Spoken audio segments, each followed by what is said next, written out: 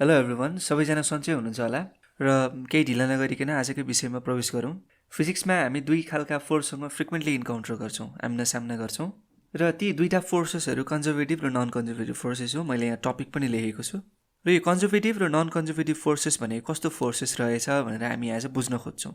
र नयातिनु होला, किनभने यी फोर्सेसहरू हामीले सुन्दै आएका बुझ्दै आएका कुराहरू हुन्। जस्ट हामी त्यसलाई आइडेन्टिफाई गर्छौँ कुन कन्जर्भेटिभ र कुन नन कन्जर्भेटिभ फोर्सेस हो र हामी त्यसको लागि एउटा एक्जाम्पलसँग डिल गर्छौँ। त्यस पछाडि तपाईँहरूले आफै लजिकली हेर्न सक्नुहुन्छ अरू फोर्सेसलाई चाहिँ तपाईँले कन्जर्भेटिभ र नन कन्जर्भेटिभमा वर्गीकरण गर्न सक्नुहुन्छ। So let's start with the definition of conservative forces. म यहाँ सुरुमा डेफिनेसन लेख्छु अनि त्यस पछाडि त्यसको विषयमा कुरा गर्छु।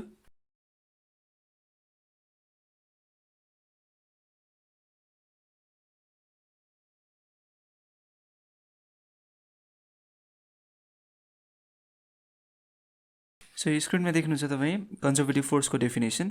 If the work done by a force depends only on the initial and final positions but not on the path taken then the force is conservative force. एक्जाम्पलको लागि तपाईँ gravitational force, electrostatic force, magnetic force र elastic spring फोर्सेसहरूलाई लिन सक्नुहुन्छ।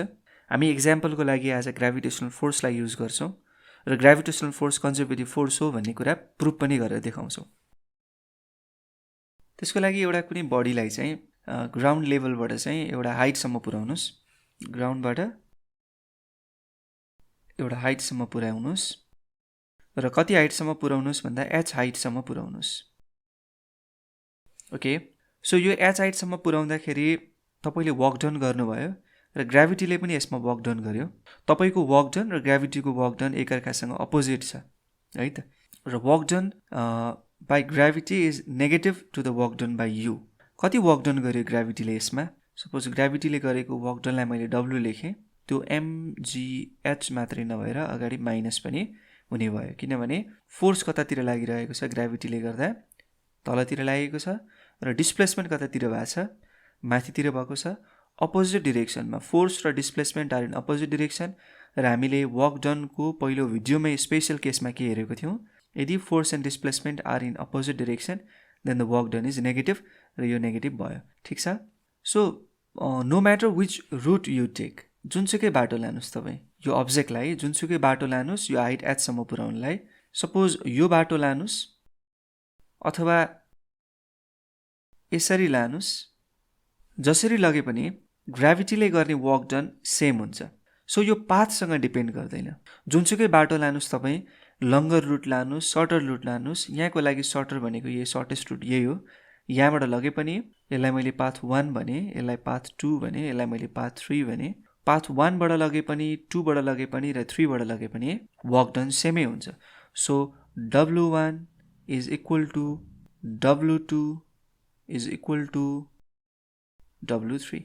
So work done by gravity भनेको के हो? Work done by the gravitational force हो। So work done by the gravitational force is dependent only on the initial and final position but not on the path taken. कुन बाटोबाट गइयो त्योसँग depend गरेन, initial र फाइनल पोजिसनमा मात्रै depend गर्यो। कहाँसम्म लाने हो त्योसँग डिपेन्ड गर्यो है।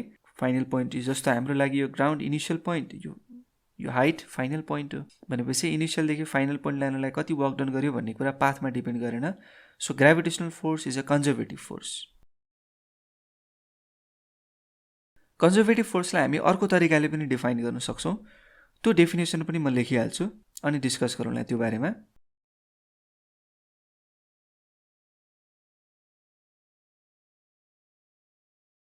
ओके, सो यहाँ अर्को डेफिनेसन देख्दै हुनुहुन्छ तपाईँ। If the work done by a force during a round trip of a system is always zero the force is said to be conservative force. यो round trip of a system भन्नाले के बुझिन्छ? जस्तो अघिकै केसमा हेरौँ न एकचोटि। यो हामीले यो बडीलाई चाहिँ, यो एम मास भएको बडीलाई यो इनिसियल पोइन्टदेखि फाइनल पोइन्टसम्म लग्यौँ। फेरि त्यो फाइनल पोइन्टदेखि फेरि ग्राउन्डमै, ग्राउन्डदेखि सर्टेन हाइट एचसम्म लगियो। अब फेरि सर्टेन हाइट एचदेखि फेरि ग्राउन्डमै ल्याउनलाई टोटल वर्क डन जति गरिन्छ हामी त्यसलाई के भन्छौँ? Work done in a final trip भन्छौँ। ओके, सो मैले यसैलाई चाहिँ लिएर एकचोटि काम गरेँ है त। सो सपोज त के भन्नु, अघि नै हामीले निकालिसकेका छौँ। यहाँदेखि इनिसियल पोइन्टदेखि फाइनल पोइन्टमा लानलाई work done by the gravity कति आयो? माइनस एमजिएच आयो। अब माथिदेखि तल ल्याउँदाखेरि work done by the gravity के हुन्छ? पोजिटिभ हुन्छ, अब्भियस। तलदेखि माथि ल्याउँदाखेरि work done by the gravity negative भयो है, र माथिदेखि तल ल्याउँदाखेरि work done by the gravity positive हुन्छ। यो कुरा याद गर्नु होला। सो मैले माथिदेखि तल ल्याउँदाखेरि अथवा बडीलाई रिलिज गर्दाखेरि सर्टन हाइटदेखि जति वर्क डन गर्छ ग्राभिटीले त्यसलाई डब्लु प्राइम लेखेँ, त्यो कति हुन्छ? एमजिएच हुन्छ। सो अब यसमा टोटल वर्क डन कति हुँदो रहेछ हेरौँ। देयरफोर नेट वर्क डन भनौँ न, नेट वर्क डन भनेको त डब्लु र डब्लु प्राइमको सम हो। हेर्नुहोस् त, माइनस एमजिएचमा एमजिएच जोड्यो भने कति हुन्छ? 0 हुन्छ है। भनेपछि राउन्ड ट्रिपमा हेर्नु पर्दाखेरि के देखियो भन्दा वर्क डन 0 आयो र हाम्रो यो डेफिनेसन पनि जस्टिफाई भयो। If the work done by a force during a round trip of a system is always 0, the force is said to be conservative force. So it's okay. अब यसलाई अझै sum up गर्नका लागि यस्तो हेरौँ न त। सपोज पोइन्ट एक्सदेखि पोइन्ट वाईमा बडीलाई लानु छ र यसरी गइयो एउटा पाथ, र अर्को पाथ यसरी गइयो। यसलाई पाथ 1 भनियो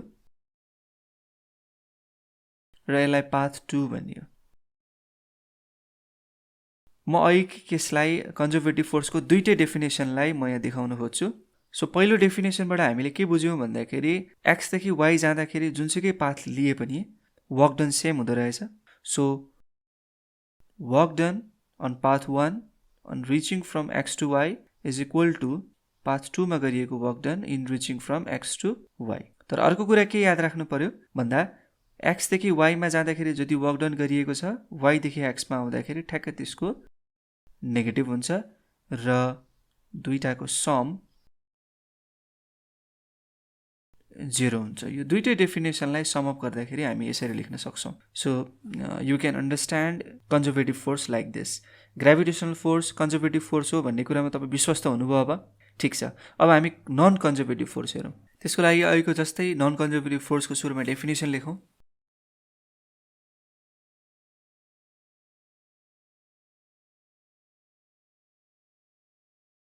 सो यो पढेर सुनाएँ मैले। If the work done by a force does not depend on initial and final position but on the path taken, it is called non conservative force.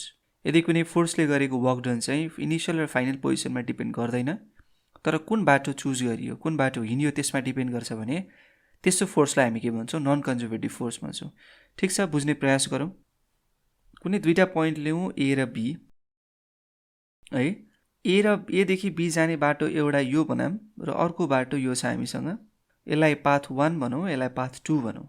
Path 1 र यसलाई पाथ 2 भनौँ। यो दुईटै रफ सर्फेसेस हो है। एउटा लामो बाटो देखियो, पाथ 2 चाहिँ लङ्गर छ, पाथ 1 चाहिँ के छ? कम्पेरेटिभली सर्टर छ विथ रेस्पेक्ट टु पाथ 2। अब तपाईँ विचार गर्नुहोस् त, यो दुईटा मध्ये कुनमा फ्रिक्सनल फोर्सले चाहिँ बढी वर्क डन गर्ला? पक्कै पनि पाथ 2 मा फ्रिक्सनल फोर्सले बढी वर्क डन गर्छ, किनभने त्यसमा फोर्स धेरै बेरसम्म लाग्छ, डिस्टेन्स बढी छ। फोर्स धेरै बेरसम्म लाग्छ भने यसमा वर्क डन के हुने भयो? धेरै हुने भयो, बढी हुने भयो। सो पाथ 1 मा जति वर्क डन गर्छ फ्रिक्सनल फोर्सले, पाथ 2 मा त्योभन्दा बढी वर्क डन गर्छ है। म त्यही कुरा लेख्छु यहाँ। यो कुरा बुझियो भनेपछि अब यस्तो रहेछ त, इनिसियल र फाइनल पोजिसनमा मात्रै डिपेन्ड गर्यो र यो फोर्सले गरेको वर्क डन गरेन, यो त पाथमा डिपेन्ड गर्यो। एदेखि बी नै जानु थियो, एदेखि बी जाँदाखेरि पाथ 1 लिँदाखेरि कम्ती वर्क डन गरियो, तर पाथ 2 लिँदाखेरि बढी वर्क डन गरियो। भनेपछि फ्रिक्सनल फोर्स के रहेनछ? कन्जर्भेटिभ फोर्स रहेनछ। It is non conservative force. Non conservative फोर्सलाई अर्को तरिकाले पनि बुझौँ एकचोटि, र म त्यसको लागि सुरुमा डेफिनेसन नै लेख्छु।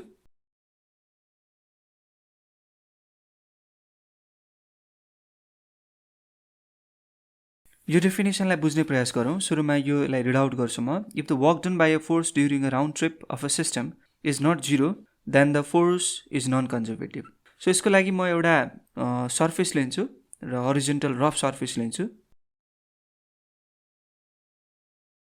र यसमा एउटा ब्लकलाई राख्छु है, र यो ब्लकलाई केही भेलोसिटी दिन्छु v, र सर्टेन डिस्टेन्स उसले कभर गर्छ, d डिस्टेन्स, र यहाँ पुग्छ। यहाँ पुगे पछाडि फेरि म यसलाई भेलोसिटी दिन्छु तर अपोजिट डिरेक्सनमा। ठिक छ। यहाँ पुगेर रोकिसके पछाडि फेरि भेलोसिटी दिन्छु, तर अपोजिट डिरेक्सनमा। पहिलो पोइन्टलाई म ए पोइन्ट भन्छु र अर्को पोइन्टलाई बी पोइन्ट भन्छु। यो दुइटै बडी एउटै हो। यो ए पोइन्टबाट बडीलाई बी पोइन्टमा लगे, बी पोइन्टमा रोकाइसके पछाडि फेरि बीदेखि एतिर लान खोज्दैछु म, र लगे पनि भी भेलोसिटी दिएर। पहिलो केसको लागि फ्री बडी डायग्राम हेरौँ कस्तो हुन्छ। बडीको वेट तलतिर एक्ट गर्छ, फोर्स अगाडितिर लागेको छ भेलोसिटीकै डिरेक्सनमा, नर्मल फोर्स माथि, फ्रिक्सन कतातिर लाग्यो, यो डिरेक्सनमा, opposite direction to the direction of applied force. र त्यस्तै अर्को केसमा पनि म त्यही फ्री बडी डायग्राम बनाउँछु।